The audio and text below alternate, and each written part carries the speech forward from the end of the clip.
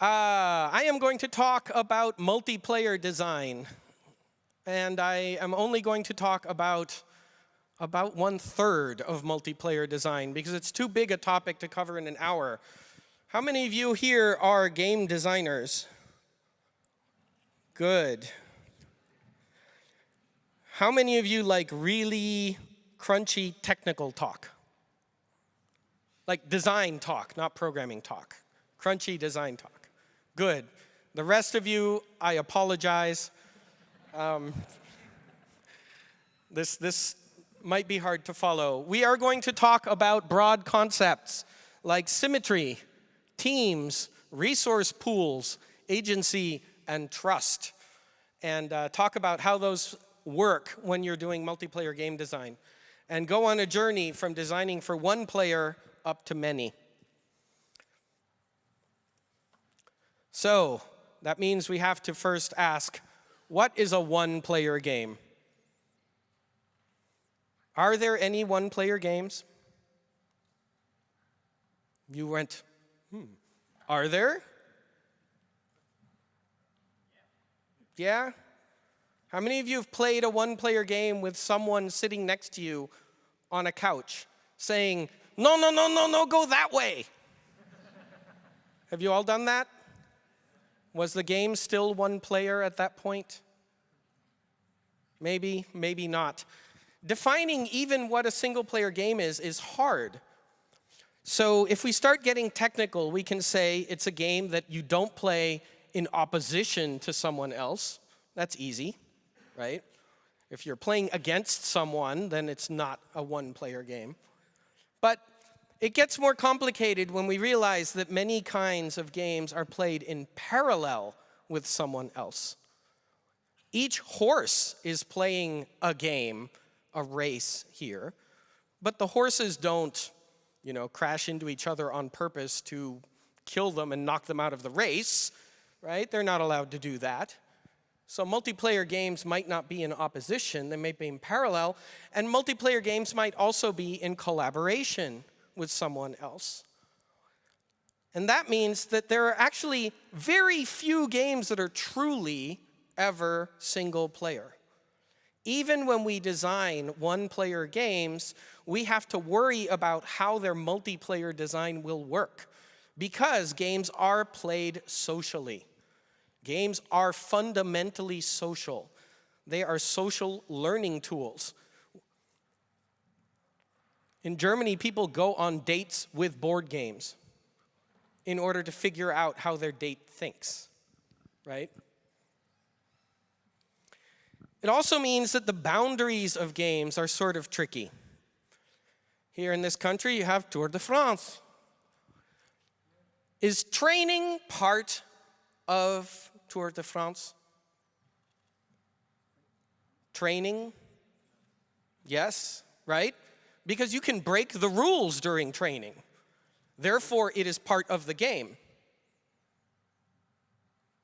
which is strange.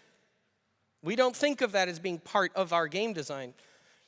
And yet, we also say, of course, doping is outside the boundary of the game. So it is okay to modify your body in one way, but not in another. And neither of those things happen while you are actually on the bicycle. So the boundaries of games are large and porous. Features move in and out of them, and finding the edge of single player can be hard. Take, for example, an arcade game. I saw some arcade machines out there, some MAME cabinets, it looked like. Imagine that you're playing one of those games like, I don't know, Asteroids or something. So you think you're playing a one-player game, you're steering the ship around, pew, pew, blow up lasers,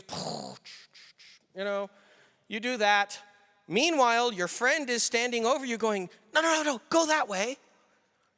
And all of a sudden, that piece is multiplayer again. But you're trying to beat your high score, that's single player. But you're competing against the high scores of everyone who's ever played the game, which is multiplayer. Games are built out of games. Games are made out of smaller and smaller and smaller, simpler games until you get to the game of press a button, right? And each of those game loops can be looked at as a complete game design. You have to think about the UX of the button. You have to think about whether or not the player can learn and improve when they press the button. Most modern console games, like racing games, are just about buttons and sticks. We don't even ask you to learn where to drive on the course. We give you a line telling you, just stay on this line.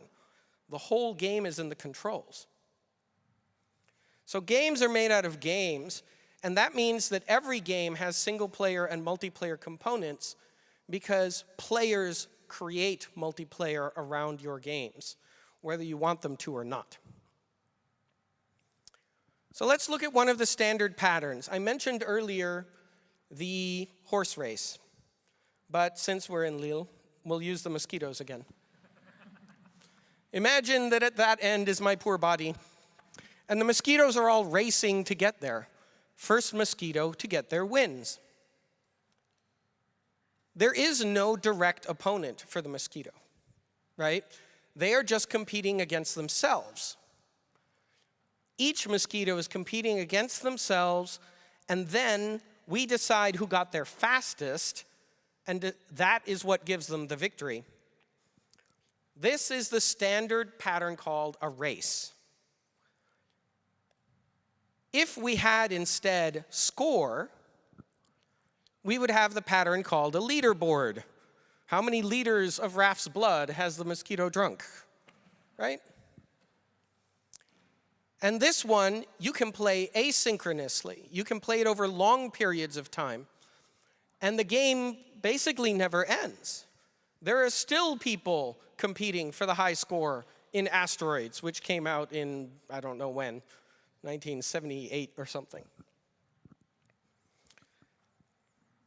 Once you add in the idea that there is another player competing with you, new design patterns start to appear. How many of you play tabletop games? Right. In tabletop games, modern tabletop games, there is a concept called the victory point. Any of you know that term? Who does not know the term victory point? A couple of people. We don't use this term in video games, and we should. A victory point is the points that you need to acquire in order to win the game. In other words, it is the liters of blood, right? That is the victory points in the game of mosquitoes eating me. In a game like Othello Reversi, you all know that one? There is nothing that says victory points in the rules, but in practice, the number of squares of your color is actually the victory points. And your objective is to get a number larger than 32, right? The rules just never say so. In Super Mario, the coins are not a victory point because we don't care how many you get. To beat the game, you have to beat every level. So level completion is actually the victory points in Super Mario. Thinking of victory points as a generic analysis tool is really useful when you're doing multiplayer game design, because almost all the multiplayer game design patterns, not just races and leaderboards, involve moving victory points around between players in different ways. So for example, this is a very classic game. You've all played this game? Yes, Tug of War. What is Tug of War in French?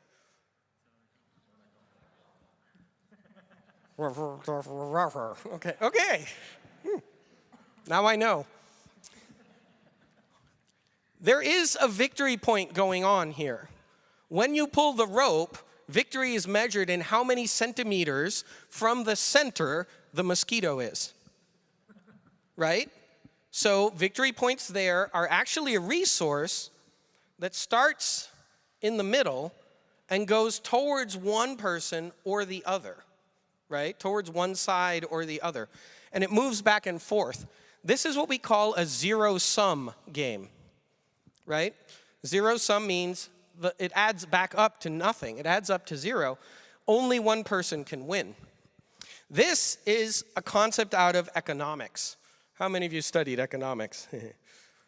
A couple of people, good.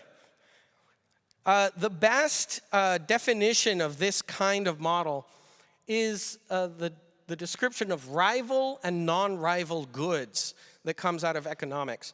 And it basically is very simple. It means points or objects in the game that only one person can have at a time. So in Tug of War, if I pull the rope to my side, you can't have the rope on your side. Very simple. If I have it, you don't. Non-rival goods are points, information, objects, where we can all have them.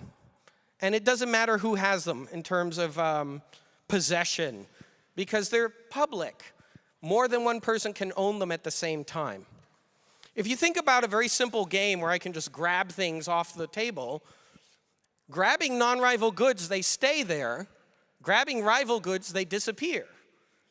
And if the first person grabbed all of those, then player 2 will lose because there are not enough victory points left. So the right side of this was Tug of War. They just got pulled into the mud, right?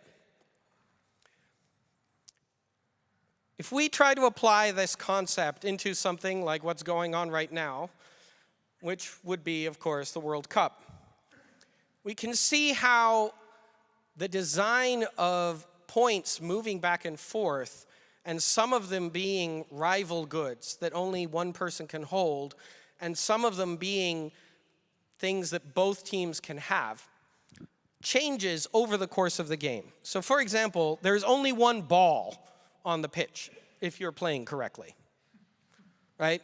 So the ball is a rival good. One team has it, the other team does not. Once they have it, they attempt to convert it, right? So one team has it, it's a tug of war to get the ball. One team has it, they attempt to convert that rival good into a goal. They will lose the rival good in the process, right? It actually gives possession to the other team. But goals, if I gain a goal, you don't lose a goal, right? So goals are not rival goods. We can both get as many goals as we like. So we just converted a rival good into a non-rival good. Then we play the match, and we want to measure 3 versus 2 to see who gets the match. And my slides are messed up. And that becomes a rival good. And then you go into the brackets. Who has more victories is a rival good. And then you get the tiebreaker. And we break ties based on the number of goals. And the number of goals is actually a race. And that means that it's not directly competitive, which means that it is a non-rival good again, right? That's how games work in general and how multiplayer design works. You have things that only one side can have, and you fight over them, and you turn those into points, which anybody can have, and then you turn them back into things that only one side can have. And this dance happens back and forth. And that matters a lot because non-zero-sum games, this is the design advice, are unfriendly. They are hard. People don't like them. I know that seems like a crazy thing to say, but particularly a more casual audience prefers games with non-rival goods. There's a very large audience out there that will refuse to play games of direct opposition and of competition over rival goods. There are many reasons why rival goods and zero-sum games are vulnerable to high skill. Those players can dominate, and the low-skill players can never catch up. They are vulnerable to runaway victories, where one player starts winning and gets so far ahead that the others can never catch up. They are vulnerable to aggression, where the player who is winning turns mean, right? We've all seen that happen. On the other hand, non-rival good games can hit very large markets. A lot of the popular tabletop games are sometimes called parallel solitaire games. They are races and not zero-sum. We use these tools in order to scale up 1 versus 1 games up into tournaments. So tournaments allow you to change a game from zero-sum to non-zero-sum back and forth all the time. Some of the ways in which we do that, for example, are auction systems. Auctions are races. If I put money in the pot, it doesn't mean that you take money out of the pot, right? We are both still adding money. So an auction is a very casual, friendly, open, non-competitive way to acquire a good. At the end of it, your victory is that you get something that nobody else has. You could get a victory point, you could get a rival good. Other patterns that work this way, helping.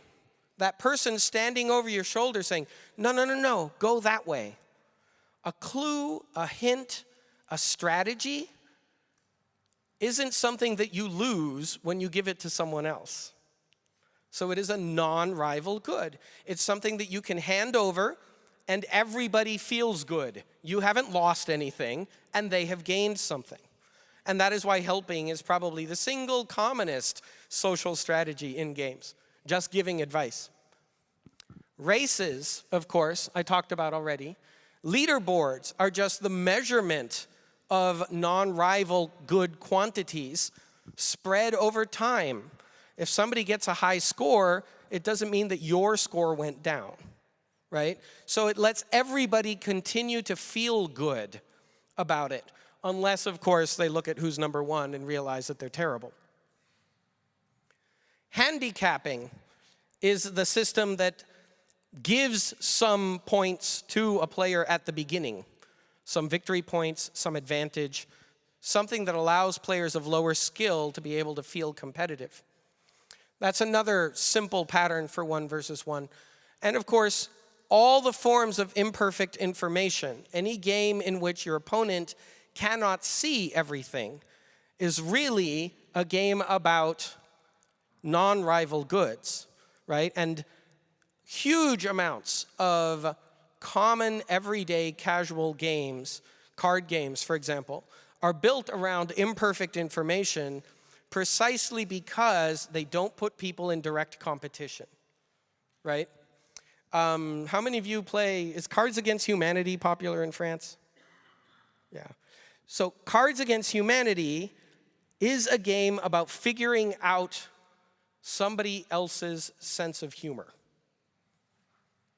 which is a non-rival good. If I know what makes you laugh, you haven't lost laughter, right?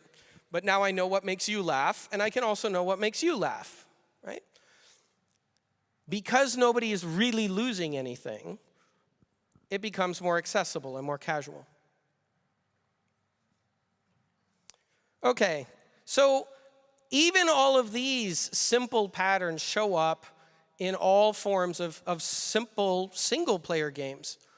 We see these things manifesting when you play one-player game. If you play Super Mario Odyssey or something, you might think it's a true solitaire game, but how many of you had to use a strategy guide in order to find the moons? So you played the multiplayer game of helping. How many of you asked a friend, oh, how far did you get? How many of you got? Yeah, so you played races. How many of you said, oh, you finished? How many did you get total? You played leaderboards, right? Any of you have kids? Any of you play this game with a kid? None of you? You're all too young. Okay, you did. Did you maybe help them along and tell them, no, go this way, right? You probably gave them a handicap, if they're really little, in order to help them get along. And of course, the entire game is built around imperfect information, especially about how to do hat jumps, right? And so an entire multiplayer social structure develops around the idea of sharing tools and techniques on how to play the game. So even when you are designing a single-player game, you can create all of these multiplayer features. And this just makes your game last longer and makes people like it better. Make sense? I don't know if it made sense. Nobody answered me. Okay, good. So let's move up to larger groups. The next scale of group is actually one where everybody is fighting everybody else. I'm not going to spend a lot of time on this one because it's just super common right now. If you take the same tug of war that we already talked about, right? And let's say that the rope is your health points. Okay? That's a tug of war. Who survives? And everybody is tugging on everybody's ropes at once until only one person is left standing. At the end of that, you have Battle Royale. Right? So larger, more complex multiplayer games are actually built by sticking together the smaller patterns into larger assemblies. All death matches, PUBG, Fortnite, all of these things are all just this. There are a few other patterns for this type of game. Some game design theorists call this a brawl, as opposed to the tug of war, which they call an ortho game. And the thing about brawls is they're even less friendly than the other zero-sum games, okay? I know Fortnite has taken over the world, but generally speaking, these are not as accessible, not as easy for casual users to get into because they always lose, right? Always. And so the big challenge here is to find something else in the game that can be a non-rival good, something anybody can get, and that nobody feels like they're losing it, so that players feel successful, okay? There has to be some way for players to feel successful, because if you keep losing, you eventually tend to quit. And we don't want people to quit. Where multiplayer really gets interesting, though, is teams. And this is where instead of having players all against one another, or you pick sides.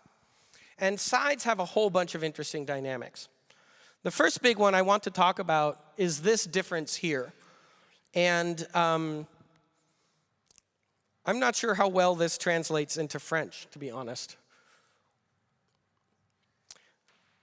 So let's say that you play a game in a particular way. You always like to play defense, okay? If you like to play defense all the time, let's say you're playing football. You like playing defense. You can do exactly the same things that a striker can. I mean, you have legs, you can run, you can kick, right? So you have access to the same abilities, but you take a different position on the field, okay? I'm calling that a role. It's about strategy. It's about responsibilities. And if, you've all seen this, especially little kids who are just learning to play, you tell them, no, you're a defender, and they run up to the front anyway because, no, that's more fun, right? Generally with roles, you can change what strategy you're pursuing at any time. A class, this is more like in a role-playing game where you have a class. No, you are a wizard. Well, if you're a wizard, you're not a fighter. You can't be the same thing. And you can cast spells, and he can't. Right? That's a very firm division, okay? The distinction here is between the verbs that you have access to. If we put that into football, there are two classes on the team. And the difference is whether or not you're allowed to use your hands, right? Goalkeepers literally have a different command. They have an extra button mapped on their physical controller of their body. They can use hands, right? So there are two classes and a lot of roles in football. Does that make sense, that difference? Okay, it's a really subtle, but it's really important, okay? As you design multiplayer games, it matters a lot. Because Roles are things that any number of people can take on. They are non-rival. You could have, it's okay, you have a bunch of 6-year-olds playing football and they all want to be strikers. It's okay. They can all be strikers and everyone will have fun. Nobody minds. Classes, however, are like tugs of war. Only one person, has that power. You cannot have all of your kids playing the goalkeeper. Right? That would be bad, right? So they become exclusive in that way. And this is really a spectrum. And it matters because it affects how the team works with itself, how each player relates to other players on the team. If they are really good, they can divide up responsibilities and be specialists, right? A team, a national selection team, is playing up at that end. The striker is probably a terrible goalkeeper. And the goalkeeper is probably a terrible striker, right? So they have roles that do not overlap very much. Whereas low-end games, low-trust games, where the teams are not well-connected, well-trained, well-practiced with one another, have roles that overlap a lot. This is the little kids running around. Everybody does everything. Who cares? Right? And that's okay. And you've probably seen exactly the same thing happen in team-based shooters. Yes? Right?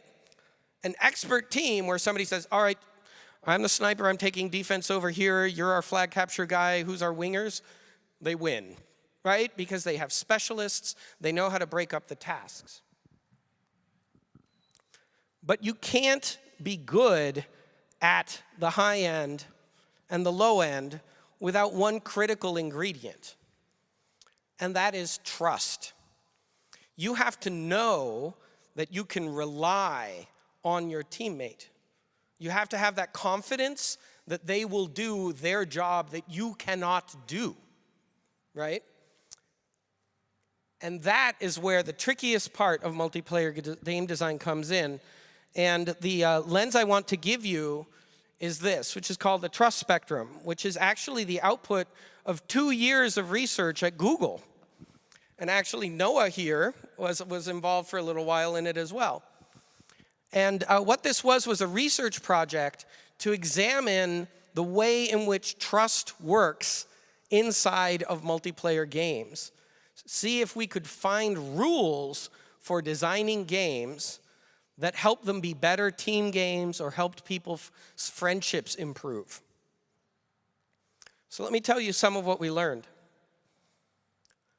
The first thing is out of basic psychology, okay? Which is that most people can't have very many good friends. Like, if you think right now, how many people are there that you would allow to, let's see, undress you to being naked, have access to your bank account, and bury a body in the woods?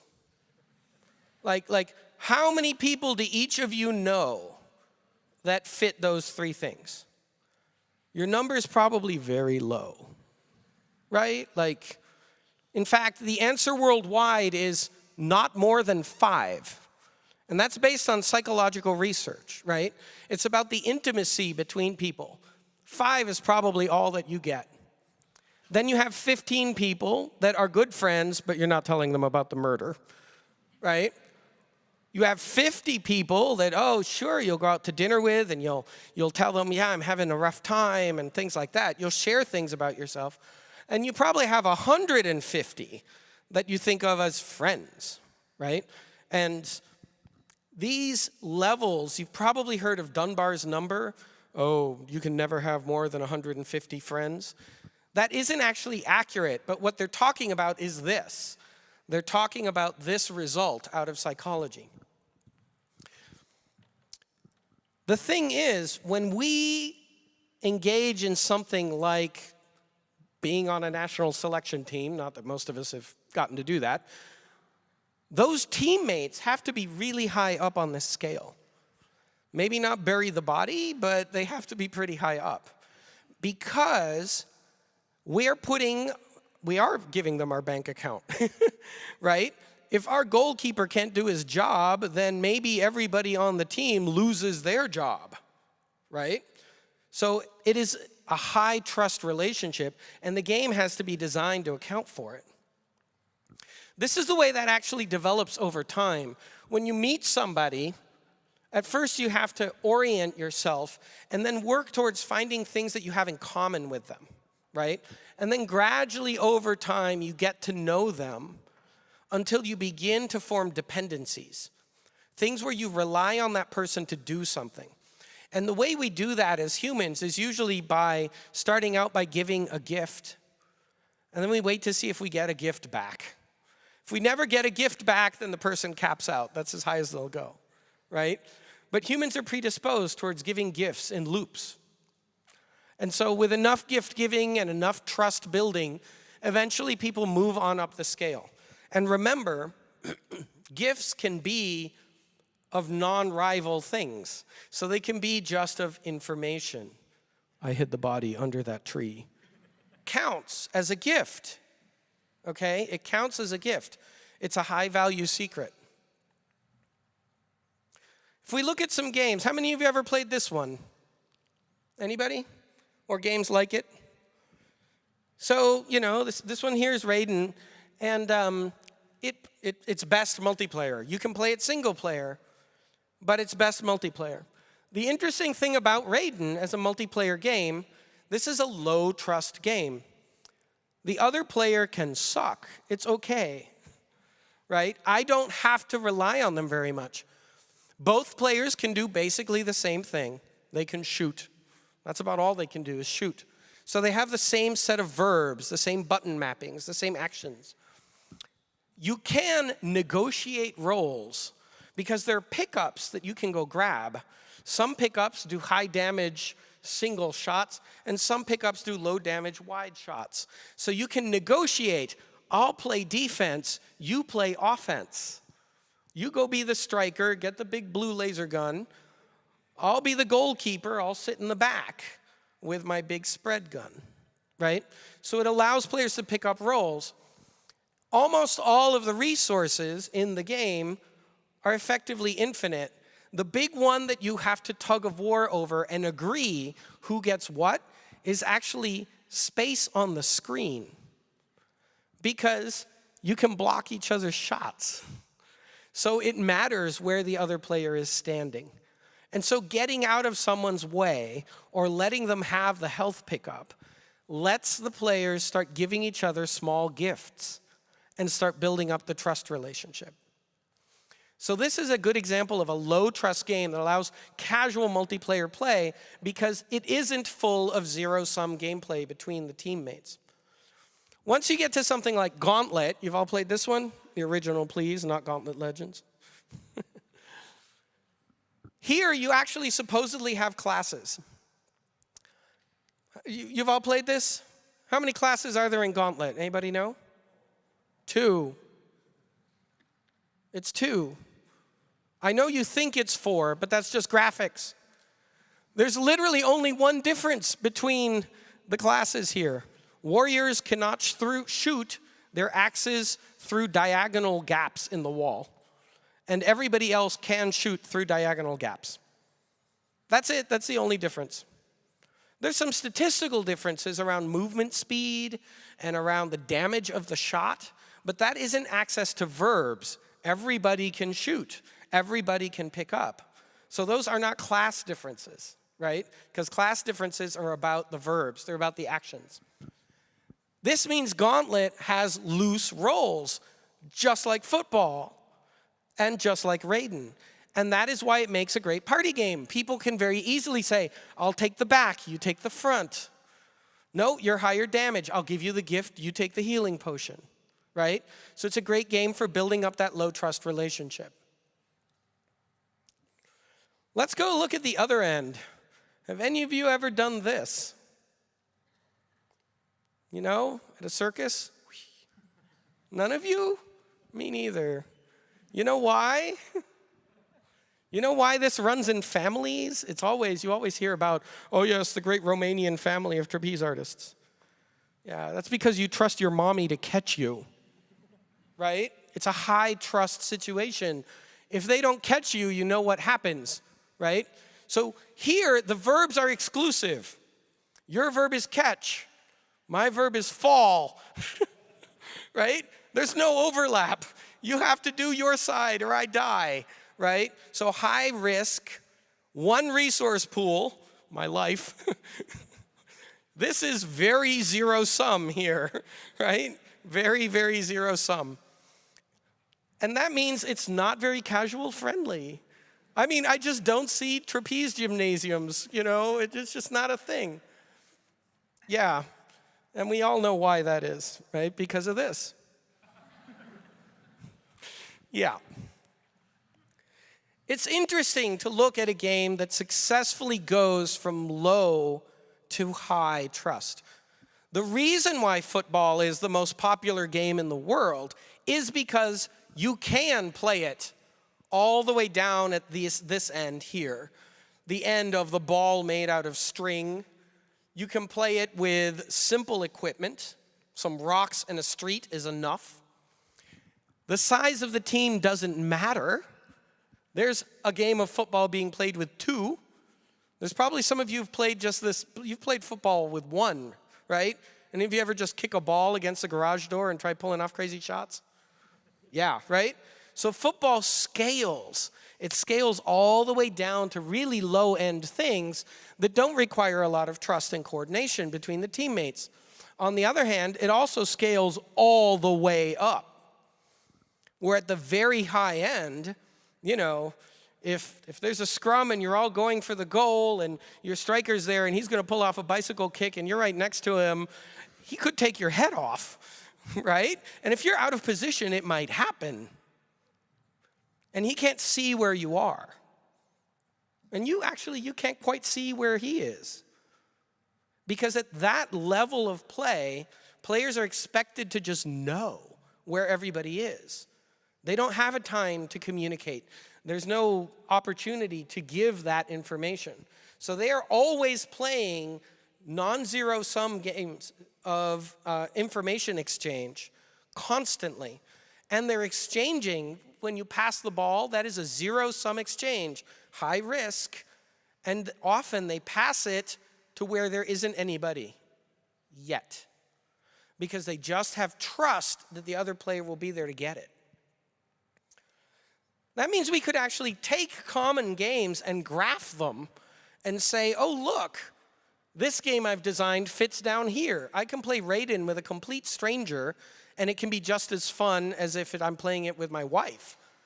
Gauntlet, I might not, maybe not a complete stranger now. Now I need somebody who won't hog all the resource potions, right? I need somebody who will let me actually get healed sometimes, you know, and that kind of situation. This is why people don't like pickup groups in MMOs, right? Because there's a minimum level of trust required to get along. Beach volleyball is less accessible than soccer because it requires 2 teammates who know each other well. And so when you get started, oh, I'd like to learn beach volleyball. Do you have a teammate? Do you trust them? If you don't, you can't play. Like, it just goes very badly, right? Whereas you can start playing soccer with virtually no help at all. And then, of course, there's trapeze, which is pretty much only inside families that already trust one another. Trust, therefore, affects your market size. It affects how large your audience can be, and it affects how well you will retain your audience. So it has, for those of you who are just interested in the money-making part of making video games, all of this complicated design talk turns out to actually matter a lot to how you make money, how much money you can make, and from whom. If your game is non-zero sum, meaning that it uses the non-rival goods, things like information, friendships, point accumulation, right? Think RPG systems. Those are point accumulation and leveling. They will be more accessible. They go lower on the trust spectrum. If you've ever wondered why all of the shooters today have leveling systems, this is why.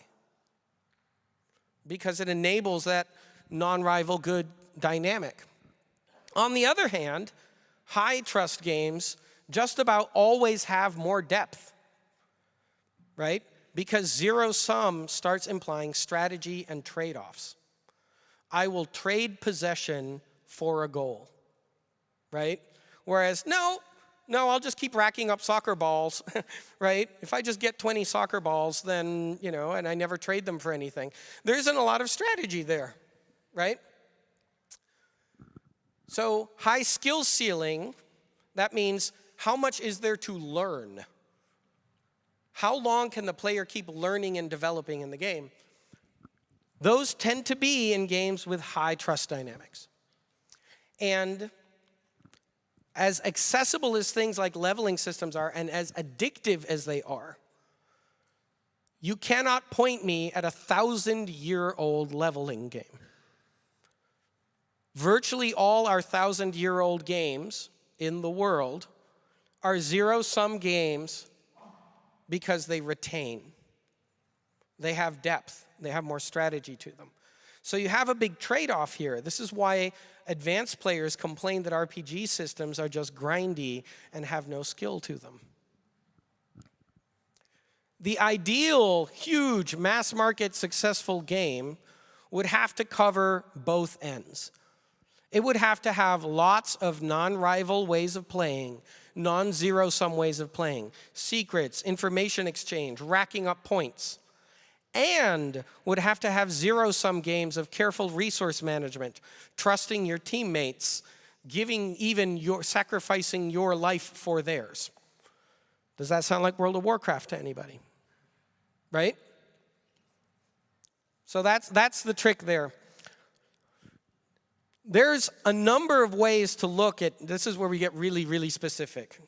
Can I get even more specific? Is that okay? All right.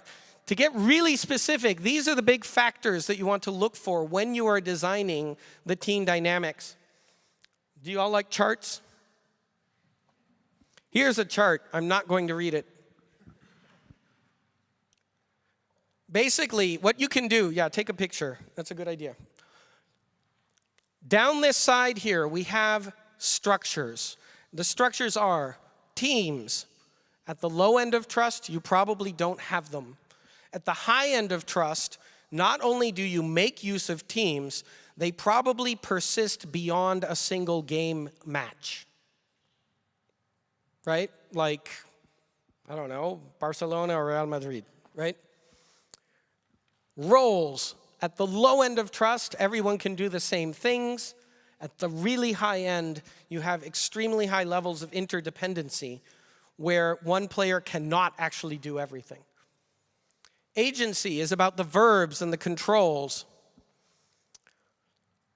So at the low end, you pretty much just control yourself. At the high end, you actually can control the other players. For example, in trapeze. Or knife throwing, right? You actually have their status in your hands. You get to make the moves for them, like, do you fall or not? That's my decision. So control is handed over to others. And then success metrics. In success metrics, for the low end, everybody gets their own scale, and it tends to be built out of non-rival things, points anybody can have. At the high end, it's all about the entire team winning or losing, and it might be that individuals lose along the way. And that's okay. And you just have to go, sorry, you are, bike rider number 7 in the peloton, and you just don't matter, right? But you do it for the good of the team. So you don't have individual success metrics. Instead, it's all about sacrificing yourself for the team. That was only half of it. There's more. It also affects the level of risk.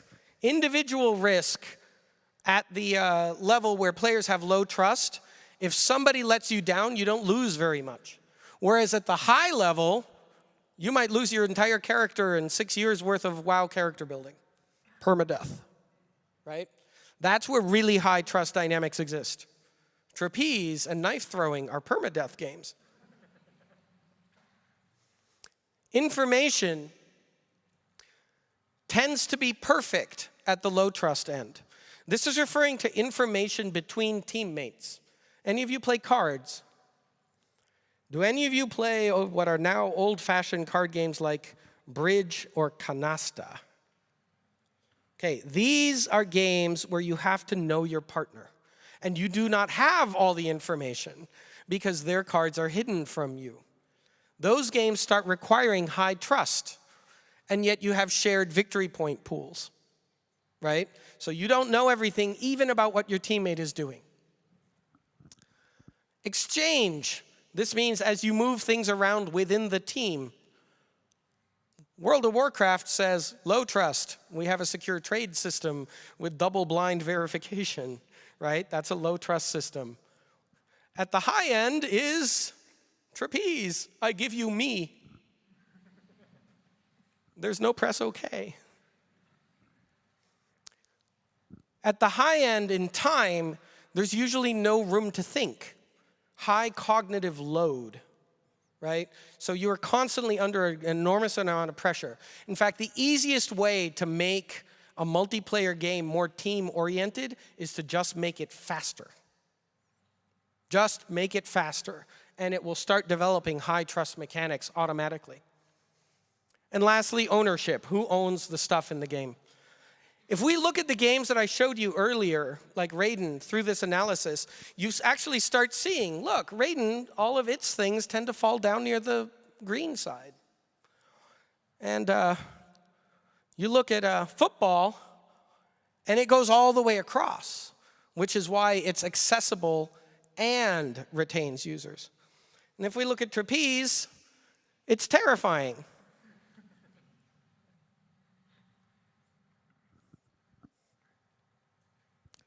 So, I don't know why the font is messed up. That first line, I can't read it. Oh well. Basically, here's the advice then. If you set out to make a multiplayer game with teams, figure out where you want it to fall on this line. Do you want it to be low trust, which probably means it won't retain as well, but it will have a large audience? Do you want it to be high trust, which means it will be less accessible, but those players who get into it will love it and maybe play it forever? Or do you want to try making this, which is really hard and expensive, but is the biggest win for you as a business and as a designer? If you aim for the low end, remember, keep your activities transactional. Things like exchanges should be verified. Make sure that you realize you're playing with strangers. Don't ask them to figure out how somebody thinks. They don't know that person, so they can't anticipate how they will behave. You need to design in safeguards for when people do the wrong thing. You should basically think of them like 6-year-olds on the football pitch. Let them just all do their own thing in the same place, but really they're not doing anything with each other, right? And if you do that, you get something like a Minecraft realm where everybody can run around and just have fun. You probably don't want classes. If you start moving up the scale, you want to start including mechanics where there are zero-sum trades, where you have some division of roles, where you have some verbs that only one player can do. I can do this, you can't. I can craft something, you can kill dragons, right? Give the ability to give help in some way. Many games simply leave this out. The easiest way to turn a simple game, just even a really basic one, is to allow players to help one another, okay? And there's a whole bunch of really interesting things you can do here.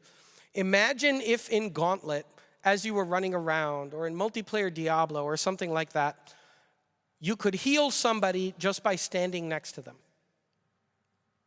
Players don't have to activate the ability. It just happens. Players who are near each other get better. You would start to immediately get team dynamics happening. You would start to get this kind of exchange, and trust would begin to build. and people would begin to coordinate. So that's how you move people up the scale. There is one big pitfall that I want to mention. We call it the quarterback problem in English, which comes from American football, which, how many of you know American football? Wow, why? Anyway. The quarterback problem happens a lot in tabletop games. I don't know if any of you have played Pandemic, for example. It's really simple. Basically, in American football or in Pandemic, there's a bunch of really, really boring games that most of the people on the team play. And then there's one person who says, you go do this, you go do that. And they tell you everything. That person is the quarterback. In American football, they're the only one, them and the coach are the only ones who get to play an interesting game, right? Everybody else just runs and gets hit by somebody. That's not very fun for the whole team, so it's something for you to watch out for. Try to design your game so that one person can't actually just use the whole team as their fingers, right? If you're going for the really high end, start thinking about things like sending a pass to somebody and not knowing where they are, just relying on them. Executing actions in tandem. I don't know if any of you are musicians, but if you've ever played in a jam session, jamming is high trust. Even playing rock band is a little bit high trust, right? Not all the way, but real music is way higher trust. Because if you screw up, it gets way worse than when you screw up in rock band. Just matching, which is most of what rock band does, is pretty good. But even better is if you can get players who have to do different things that line up.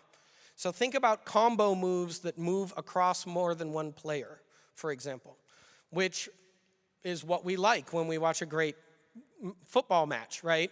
Amazing sequences of passes are the same thing as combo moves. They're just split across multiple actors. At really intimate levels of trust, you probably need to make the entire game fail if they fail to coordinate. You may need to have, permadeath and plummeting to your death and knives through the heart. And you probably also want to obscure the information even more than you normally would. Players who can't see each other's assets, for example. So they're obliged to coordinate in order to get somewhere. There are scales and complexity above this. I told you I would only talk about 1/3 of multiplayer. That was the low end. Above this kind of thing, we start getting into systems that are designed for groups larger than the 5 to 15. And at that scale, we start having to include design patterns that are about lack of trust, right? Most of the patterns I've described have been about when can you trust someone. But if you're designing multiplayer games for more than 15 people, now you have to start designing for strangers. And frankly, the number of patterns there's about another 40 of them. And it gets pretty complicated because the real world is full of strangers. This is where we have things like contracts, currency, and other such systems in order to help mediate the fact that I just don't know you and I don't trust you, right? That's why we need to have those sorts of structures. Laws, politics, economics, and so on. That, however, is a whole other talk, unfortunately, and this has been a whole bunch of very dense information for an hour. C'est en anglais. So, if you are curious about that stuff, I do have materials on my website specifically about that. And if you want to dig more into things like the trust spectrum, zero sum and non-zero sum, and all the rest, here's some resources for you. The trust spectrum article is on Gamma Sutra and on my website. That right there is my website. So you can find that article. It has all of the examples from this talk, but instead of it being me talking boringly for an hour in English, it's me writing 10,000 words with even more terms in English. So it's way better. So I recommend you take a look at that. If you're interested in the way trust changes as we move to larger scale groups, the ways in which the dynamics evolve, for example, how many of you are now running a game as a service? Have you noticed your players don't trust you anymore? Right? I wrote a series of articles called On Trust many years ago, which is exactly about that process. And if you are curious to see more of those pattern diagrams from the beginning, like Tug of War and whatnot, there's a presentation just called Social Mechanics. You can find video of that on the GDC Vault for free. And it goes over 40 individual patterns for multiplayer game design, ranging all the way down from helping up through griefing and politics and user-generated content. So those are all up on my website. And hopefully you've all read that book. Are any of you publishers? Because we could use a French translation of that book. Call me. And I'm just putting out this new one. If you're interested in the history of MMOs, if you played Ultima Online, Star Wars Galaxies, other games I've made, 700 pages of design postmortems. So if you're interested in that kind of history, that's available too. So I hope you enjoyed this little tour through very, very detailed design mechanics. Game design is an art, but increasingly it is also a science. These are patterns that we've identified through experimentation, putting them in front of players, watching the reactions, seeing them evolve, right? These are patterns that we have replicated in many, many, many games, and we now know how they work. And we're even beginning to understand the grammar underneath the patterns these days. So I strongly believe that we as game designers need to start training ourselves and learning to think in these ways, along with everything that we already have to train on in UX, narrative design, architecture level design, and everything else, right? Because that's what designers have to do, as you all know. Somehow we're the team member that has to know everybody's job. But that's okay. That's what makes it the most fun job in the game design team, I think. So, yeah, I would encourage you all to start thinking about your games in these mathematical, abstract, even economic terms, and see if it gives you a new lens, a new way to approach it. Can you take your 2D platformer and think about it as a game of economic exchange, a game of risk, a game of trust, a game of goods, rival goods, non-rival goods, and a non-zero sum or zero-sum win or loss state, right? Because that is where I think game design is increasingly moving to as a field and as a discipline. And hopefully, I hope, j'espère, that you'll be able to do it en français next time. Again, pardonnez-moi. And thank you. Merci.